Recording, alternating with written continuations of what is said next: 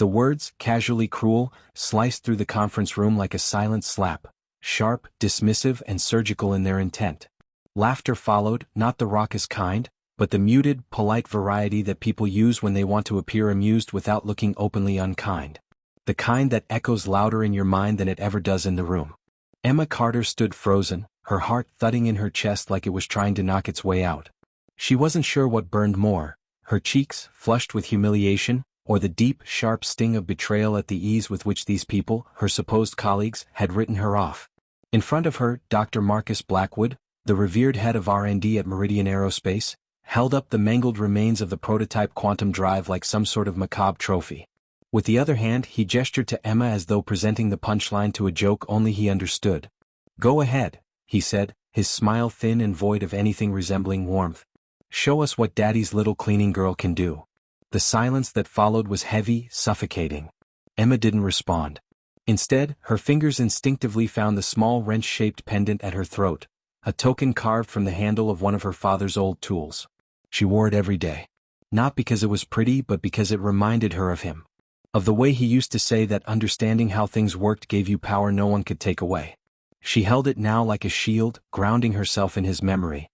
"Has anyone ever dismissed you before even hearing your voice?"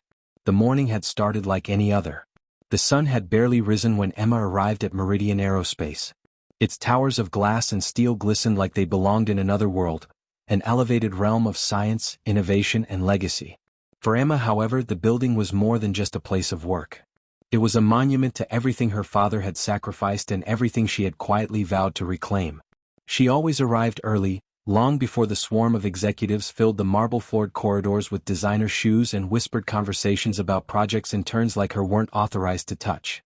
Her ID badge, a pale blue rectangle stamped with the word temporary in red letters, hung around her neck like a mark of exile.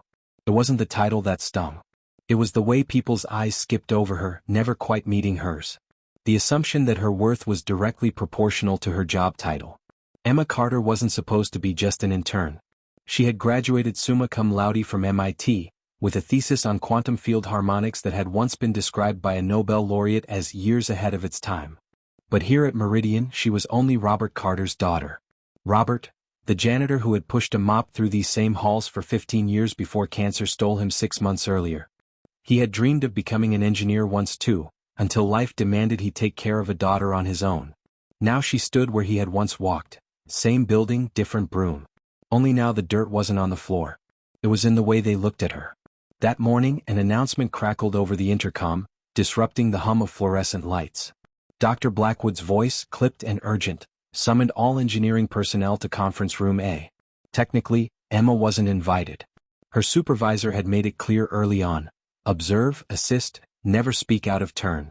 But the tension in Blackwood's voice, it hinted at something bigger than routine. Something wrong. Curiosity had always been Emma's sharpest edge. So she followed it. She entered quietly, staying close to the back wall as the room filled with murmurs and clinking coffee mugs. Blackwood stood front and center, silver hair immaculate, his presence as commanding as ever. Behind him, the screen glowed with the header, Project Quantum Drive, Emergency Status Review. "Ladies and gentlemen," he began, his tone solemn, "we have a problem.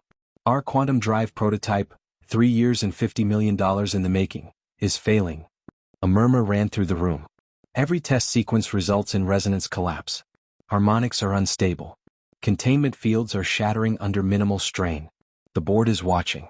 Our military partners are concerned. And our best minds," he paused for dramatic effect, "are out of ideas." Slides clicked across the screen showing warped metal, blackened circuits and energy feedback patterns that to most looked like meaningless graphs. But to Emma they told a story. She recognized the distortion immediately. Quantum harmonics out of sync, off by a fraction but enough to destabilize the entire system. It was a mistake she'd seen before. In fact, she'd solved it. Back at MIT. It had taken her weeks and a bottle of instant coffee to crack the formula. "The frequency modulation is wrong," she whispered, not realizing she'd spoken aloud until the room turned to look. Dr. Blackwood's eyes found her instantly. She felt the weight of his gaze like a boot pressing into her chest. "I'm sorry," he said, voice like a scalpel. "I don't believe the cleaning staff was invited to this meeting." The laughter that followed was subdued but venomous. Emma felt her face burn, but her feet refused to move. Her fingers touched the pendant again. Her father had faced this exact kind of ridicule, quiet, constant, suffocating. But he never bowed. And neither would she. "I'm Emma Carter," she said, stepping forward. "MIT graduate. Aerospace engineering. Intern in diagnostics." The laughter stopped. Blackwood arched an eyebrow as if unimpressed. "Ah yes," he said. "The janitor's daughter. I suppose we should be grateful that Meridian offers opportunities for the less fortunate." The cruelty wasn't just in the words, but in the way he said them, with precise enunciation and perfect posture. A performance. A warning to everyone else about what happens when someone dares to forget their place. But Emma didn't flinch. She'd spent her life watching people underestimate her. She had learned that silence could be a weapon, and that standing your ground was its own kind of resistance. She looked around the room. Some engineers stared at their shoes. A few looked at her with quiet sympathy. Most said nothing at all. Still she stood there. And in that moment, wrenched between legacy and future, shame and defiance, Emma Carter decided she wouldn't apologize for being the janitor's daughter. Because she was more than that. She was his legacy. And she was going to prove every single one of them wrong. Emma seemed rooted to the polished floor, her feet encased in invisible cement as 20 pairs of eyes dissected her presence with surgical detachment. She could feel it, the weight of their collective appraisal, the way they saw her not as a peer or a mind but as a novelty, an anomaly. The janitor's daughter playing dress-up in a world stitched from privilege and degrees framed in mahogany. Her pale blue intern badge might as well have been a scarlet letter. Marcus Chin, lead systems engineer, the same man whose academic papers she'd studied, whose elegant solutions to aerospace bottlenecks had once thrilled her, shifted uncomfortably in his seat. Their eyes met briefly. She saw the recognition there, the shame, even the flicker of sympathy. But he said nothing. He, like everyone else in that room, had decided it was safer to watch humiliation unfold than to stand in its way. Blackwood, however, had no such reservations. He stepped forward, his voice rich with false generosity. "You know what?" he said, his tone taking on the slow cadence of performance. "Since you seem to have insights that have somehow escaped a room full of peace, perhaps you'd like to enlighten us." He gestured with calculated flair toward the smoldering wreckage of the engine on the screen behind him, his smile razor-thin. "Please, Miss Carter. Tell us what the experts have missed." The words might have been mistaken for an invitation, if not for the way they sliced through the air, sharp and glittering, meant to wound. Scattered laughter broke the silence, too controlled to be genuine, too sharp to ignore. The kind of laughter meant to remind someone they had wandered too far above their station. Emma felt something fracture inside her chest. Not her courage, but something older, more sacred. She saw her father's hands again, cracked, oil-stained, steady as they helped her build her first capacitor in their tiny kitchen when she was 11.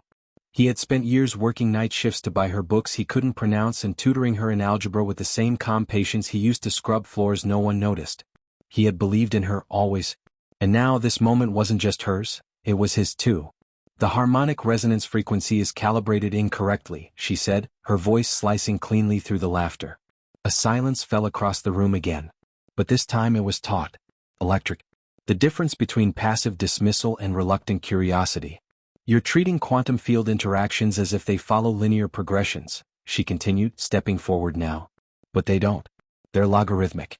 The stress compounds exponentially, especially under simulated high-gravity conditions. The failure isn't in the physical design. It's in the math.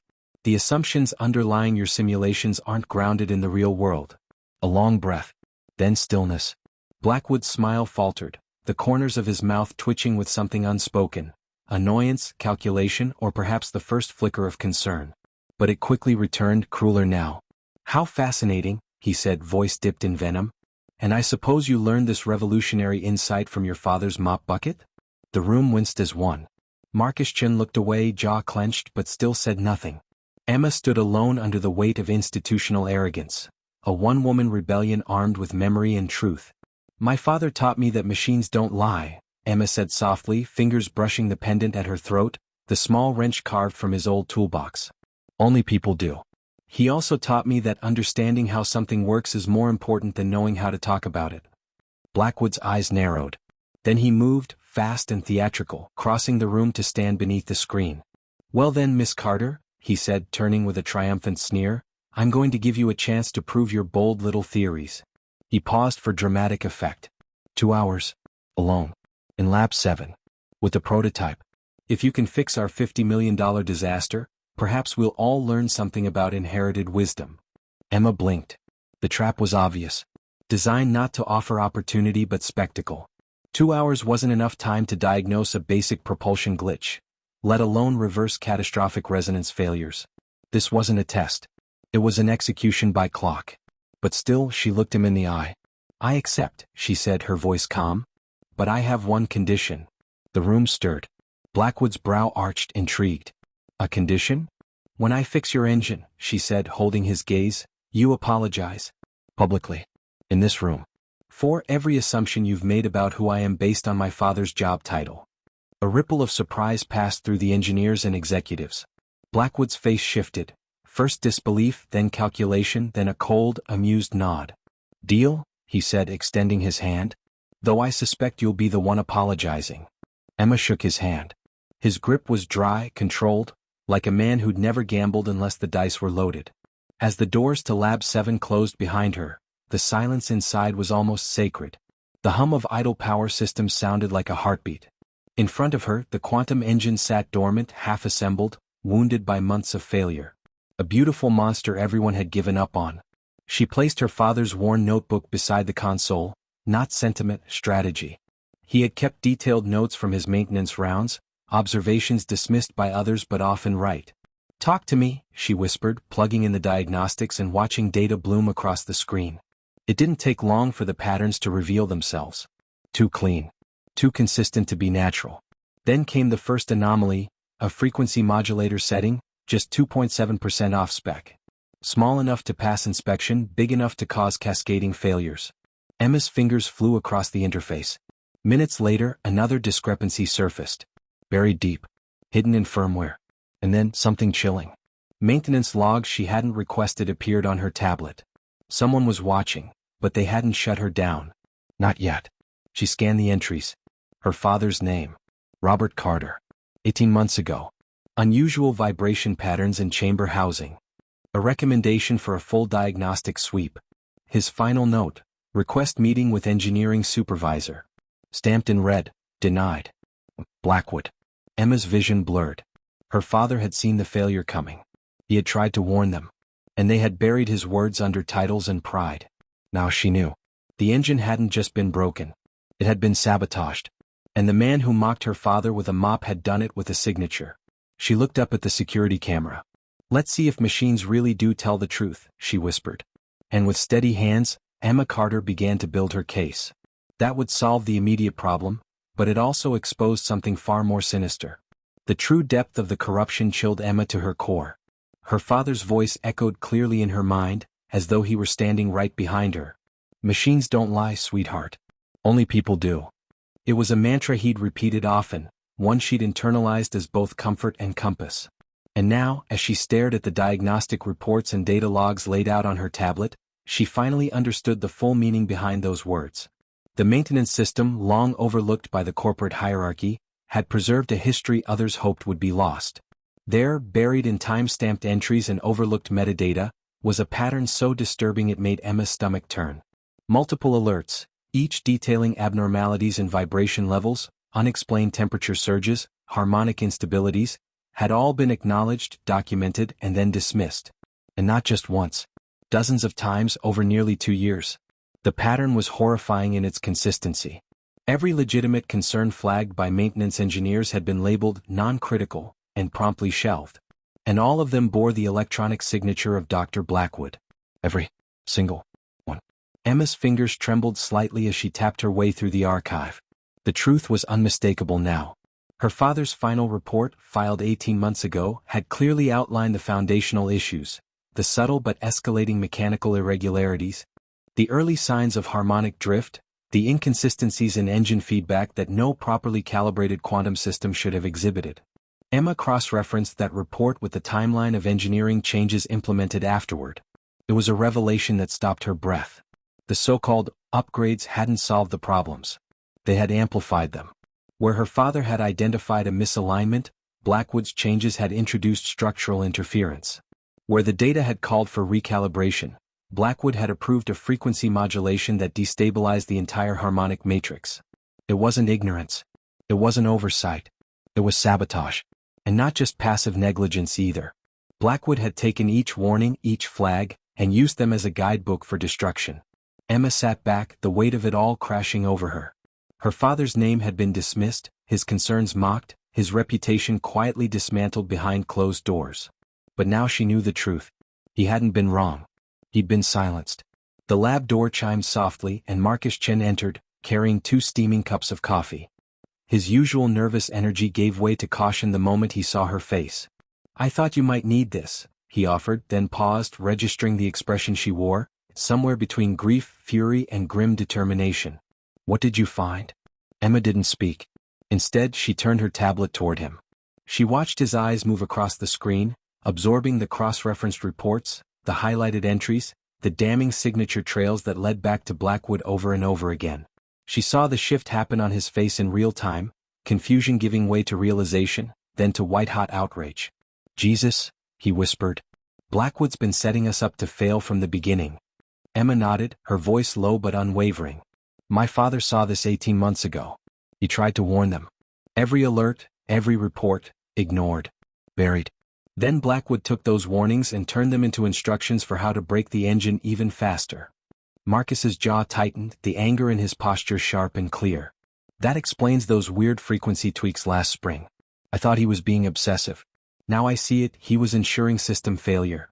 Without needing to be asked, Marcus began snapping high-resolution images of the data, capturing every screen, every timestamp. Emma, meanwhile, turned her attention to the sabotage itself. She could fix it, she had to fix it. Her fingers flew across the control panel as she began to reverse Blackwood's changes, realigning harmonic frequencies, rebalancing quantum loads, stabilizing heat outputs. Each correction felt like an act of rebellion and redemption, a tribute to her father's integrity. And the engine responded. For the first time in months, the quantum chamber stabilized.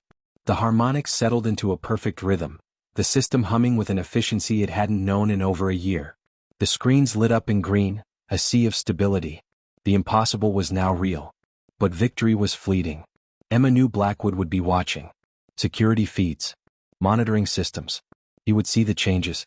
He would know someone had uncovered the truth. She turned urgently to Marcus. "If something happens to me, if this data disappears, someone else has to know. You have to make sure this gets out." Marcus nodded, the weight of their new reality settling over him. They weren't just engineers anymore. Not just 2 people trying to fix a broken machine. They were about to shine a light on a conspiracy that had twisted everything her father had believed in: honesty, truth, duty. There was no more time for grief. The lab door burst open with a crash loud enough to jostle the sensitive monitoring equipment. Emma and Marcus both flinched. Standing in the doorway was Dr. Blackwood himself. His presence was like a storm entering the room, charged, wild, and dangerous. The pristine, poised image he usually presented was gone. His expensive suit was rumpled. His silver hair, normally immaculate, was mussed and wild. His face was flushed, his eyes dark and furious. A man who had just watched his carefully woven deception begin to unravel. Well, Blackwood sneered, stepping forward with the swagger of someone trying, and failing, to control the narrative. "It seems our little maintenance princess has been playing detective. Should have stuck to cleaning, Emma." He gestured mockingly at the engine, which was now purring with perfect stability. But Emma saw the flickers of panic behind his eyes as they darted to the diagnostic displays. "I suppose you think you've accomplished something," he continued, voice laced with contempt. "Restoring a few numbers on a screen won't change the fact that you're nobody." Emma didn't flinch. She touched the small wrench-shaped pendant around her neck, her father's. A symbol of the work he loved and the truth he died defending. "I fixed your engine," she said, her voice loud and clear. "More than fixed it. I improved it. 12% more efficient. Harmonic resonance balanced. All based on principles my father understood better than your entire team of credentialed cowards." Blackwood's mask cracked. His contempt was no longer hidden. "Your father was a janitor," he spat. "Just like you. He didn't know his place. And neither do you." He advanced toward the workbench, a predator closing in. But Marcus stepped in, his phone still recording. "I've seen the logs, Dr. Blackwood," he said firm. "Emma's father documented everything. You ignored him. Then you turned his warnings into instructions for failure, and bought stock in Titan Airspace before the tests began. You weren't fixing the engine. You were profiting from its collapse." Blackwood's expression twisted into a snarl. "You think this is about money?" he said, voice rising as desperation overtook arrogance. "You think I did all this for a payout?" Emma met his gaze, unshaken. "No," she said. "You did it because you thought no one would ever question you. And now they had. You think I destroyed my entire career for a few stock options?" Blackwood's voice cracked, not from weakness but from something rawer. Emotion. Genuine, or at least close to it for the first time. He didn't wait for a response. Instead, he turned, pacing to the far end of the lab, putting distance between himself and the weight of the accusations piling up around him. It was a subtle retreat, not out of fear but like a man preparing for a different kind of battle. One of legacy, of pride, of wounds that had never healed. He stood with his back half-turned, shoulders squared as if shielding old scars from the light. "Your father," he said, voice quieter now, almost confessional, "wasn't the first maintenance worker who thought he understood systems beyond his education." Emma stiffened, unsure where this was going, but unable to stop listening. 20 years ago, Blackwood continued, eyes unfocused as if seeing a memory far older than anything in the lab, "I was passed over for department head. The board gave it to someone else. Someone younger. Someone with the right credentials. A janitor's son with an MIT degree. While I had climbed every rung. Worked my way up through the mud. No favors, no fast tracks. Just sweat and hours." Emma felt a cold weight settle in her stomach. The emotion in Blackwood's voice wasn't just bitterness, it was grief. Old, calcified grief twisted into resentment so corrosive. It had shaped the rest of his life. "I learned something that day," he went on. "It doesn't matter how hard you work. Doesn't matter how smart you are. Not if you don't come from the right place. Not if you don't speak the language of legacy and wealth. The right connections. The right last name. The right type of story." He turned back to her then, and for a moment, Emma saw not a villain, but a younger man standing outside a closed door, waiting for an opportunity that never came. "So I made a promise to myself. I wouldn't be vulnerable again. I'd never be humiliated like that again. If the system was rigged, then I'd become the dealer. And I'd deal the cards before they could be dealt to me." He paused, then added with disturbing calm, "Your father? He was just collateral. One more well-meaning man with grease under his nails and ideas in his head. He reminded me too much of who I used to be. That made him dangerous." Emma's mouth was dry, heart pounding, not just from fury now but from understanding. An understanding she hadn't expected or wanted. "You became everything you once hated," she said, voice soft but clear. "You became the system that tried to crush you. Then you turned around and crushed others like you. People who reminded you of who you used to be. You buried my father's warnings because they threatened your illusion of control." A bitter smile ghosted across Blackwood's lips. "And it worked," he said flatly. "Flawlessly. Until today. Until you came along and decided to play hero. Digging up ghosts that should have stayed buried." He stepped closer again, his demeanor changing. Less defensive now, more curious. Calculating. Almost admiring. "You're more like him than you know. Too smart for your own good. Too stubborn to walk away. Too naive to understand that some fights just can't be won." For a beat, there was silence. The quantum engine behind them hummed with a resonance so perfect it felt like a heartbeat, steady, reliable, incorruptible. The very thing Blackwood had tried to break was now singing with life, a quiet rebuke to everything he had done. Emma drew a slow breath, grounding herself. "You're right about one thing," she said finally, her voice firm with resolve. "I'm like my father. But I haven't forgotten what he taught me. That understanding how things work isn't just about fixing them, it's about making them better. For everyone. Not just the powerful." The conference room had never felt smaller. Emma walked through its doors flanked by Marcus Chin, the tablet in her hand projecting diagnostic readouts, and behind them the quantum engine itself, transported on a mobile platform humming with precision. Every executive, engineer, and department head who had doubted her earlier sat in stunned silence. Many of these faces had witnessed her public dismissal just hours before. Now their eyes widened at the live data on the monitors. Energy efficiency up 12%, harmonic distortion reduced to near zero, thermal output balanced across all dimensions of fluctuation. James Harrison, the CEO, leaned forward slowly, his expression morphing from disinterest to something much more engaged. Alarmed even. And then Blackwood entered. He walked with composure, but it was the composure of a man walking to the gallows. His earlier fury had evaporated, replaced by something colder. Acceptance, perhaps. Or a final, desperate hope that no one would believe what they were about to hear. Emma took her place at the front of the room, the same position where Blackwood had once stood in total authority. "Ladies and gentlemen," she began, her voice cutting through the room like a scalpel, "the quantum engine has been restored to its original specifications.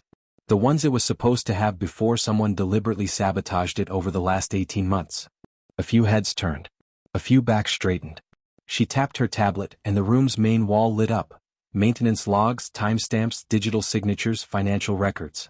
A timeline unfolded before them. One no one could ignore. There's been a systemic pattern of ignored warnings, altered safety protocols and engineering improvements that introduced critical flaws. Each one documented. Each one signed off by Dr. Blackwood. The murmurs began. Low at first, then sharper. Emma didn't stop. "My father, Robert Carter, was one of the first to file a detailed report. He flagged the exact failures we've been experiencing. His concerns were buried because they exposed what Blackwood had done. He died thinking his voice didn't matter." Her hand trembled slightly as she clicked to the financial records. But it wasn't just technical. It was strategic. These records show that Blackwood acquired substantial stock in Titan Aerospace shortly before critical test phases, stock that would have gained massive value if this engine failed and the contract passed to a competitor. Gasps now. Hardened expressions. Executives glancing at each other. Some already pulling up their own tablets. And then Marcus Chin stood. He didn't speak immediately, he waited until all eyes were on him. "I worked with Robert Carter for years," he said, voice steady. "He saved this project once. His daughter just saved it again." He began to clap, once loud and firm. Then another engineer joined him. Then another. The applause spread like fire through dry grass. And Blackwood, once untouchable, stood alone, his legacy collapsing under the weight of the truth. And for the first time in years, Emma Carter felt her father's voice not as an echo, but as a presence beside her. Strong, proud, unbroken. One by one, people began to rise from their seats, their faces reflecting a complex mix of admiration, shame, and a quiet determination to make amends for their earlier silence. Sarah Williams from the propulsion team stood first. Her voice trembled with emotion. "Mr. Carter helped me troubleshoot my first major system failure when I was fresh out of college," she said. "He never made me feel stupid for not knowing something, never acted like his knowledge made him better than me. He just wanted me to understand." One by one, others followed. Engineers, technicians, project leads. Each shared a memory of Robert Carter's quiet wisdom. His patience. His willingness to help, regardless of hierarchy or title. His fundamental decency in a corporate environment that too often rewarded the opposite. Emma felt tears slide silently down her cheeks. She had known her father was good, principled, kind. But she had never realized just how far his influence reached. His legacy wasn't just embedded in the quantum engine's design. It was alive in the people he had guided, mentored, and believed in. At the front of the room, Dr. Blackwood stood frozen. The applause and testimonies washed over him like a tide he could no longer push back. The colleagues who had once praised him now turned away, their faces hardening into masks of disappointment, betrayal, even disgust. "You don't understand," Blackwood said desperately, his voice rising in a last-ditch attempt to reclaim control. "I was protecting this company from mediocrity. From people who didn't meet the standard. I was ensuring excellence meant something." "No," Emma replied, her voice calm but razor-sharp. "You were protecting yourself. From competition. From the possibility that someone like my father might prove that wisdom doesn't require credentials, and excellence doesn't require privilege." She turned to face the room, her gaze steady. "You used fear and arrogance to silence the very voices that could have saved this company from catastrophe." CEO James Harrison stood slowly, his expression grim. The weight of what had just been laid bare hung heavy in the air. "Dr. Blackwood," he said, his voice carrying the authority of final judgment, "you are terminated immediately. Security will escort you from the building. And our legal department will cooperate fully with any criminal investigation that follows." The room went still. Blackwood didn't argue. He knew. As he was led away, Emma felt something unspoken shift. A wall long standing and silent had finally cracked. And in that space, truth had flooded in like light. She touched the small wrench pendant at her throat, her father's, and whispered a promise only she could hear. "They'll remember your name now, Dad. They'll remember what you tried to tell them." 6 months later. The National Aerospace Innovation Conference buzzed with anticipation. Emma Carter stood at the podium, facing an auditorium filled with government officials, leading scientists, young engineers, and the next generation of dreamers. Behind her, the Carter quantum drive powered 3 ongoing space missions and had earned over $2 billion in contracts. But Emma didn't begin with numbers. She began with a story. "My father never lived to see his warnings validated," she said. "But he taught me something more valuable than equations or patents.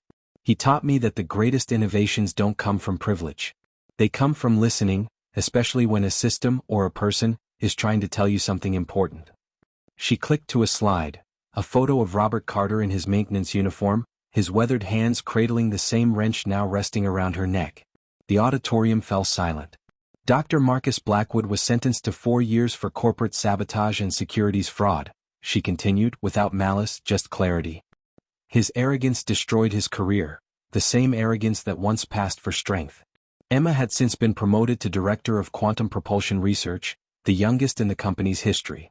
New protocols, drafted under her leadership, ensured that maintenance and support staff could report concerns without fear of retaliation. Her deputy, Marcus Chin, had helped transform their division into a model of inclusive innovation. They had renamed the education fund, the Robert Carter Memorial Scholarship. It now provided full college funding to students from working-class families, chosen not only for academic excellence, but for moral courage. The quantum engine that had once been the center of sabotage was now a symbol of what could happen when truth was allowed to rise. As Emma neared the end of her address, she held up the wrench pendant. "My father used to say machines don't lie, only people do. But I've learned something else," she said, her voice steady and strong. "When people stop lying to themselves, and start listening to the voices they've been taught to ignore, that's when real innovation becomes possible." That evening, alone in her office overlooking the Meridian campus, Emma opened her father's old notebook and turned to a blank page. She picked up a pen and wrote, "The most powerful engines are built not in boardrooms, but in the hearts of people who refuse to accept that things have to stay broken. Today, Dad, your voice finally broke through the noise. Tomorrow we make sure it's never silenced again." Closing message in QA story style. Have you ever been told you weren't qualified just because of where you came from? Don't let anyone convince you that your background disqualifies you from changing the world. Share your story below. Because sometimes, one small wrench really can turn the entire world. Thanks for watching QA Stories. If you felt this one, hit that like button and subscribe. More wild stories of truth, tech, and triumph are coming your way.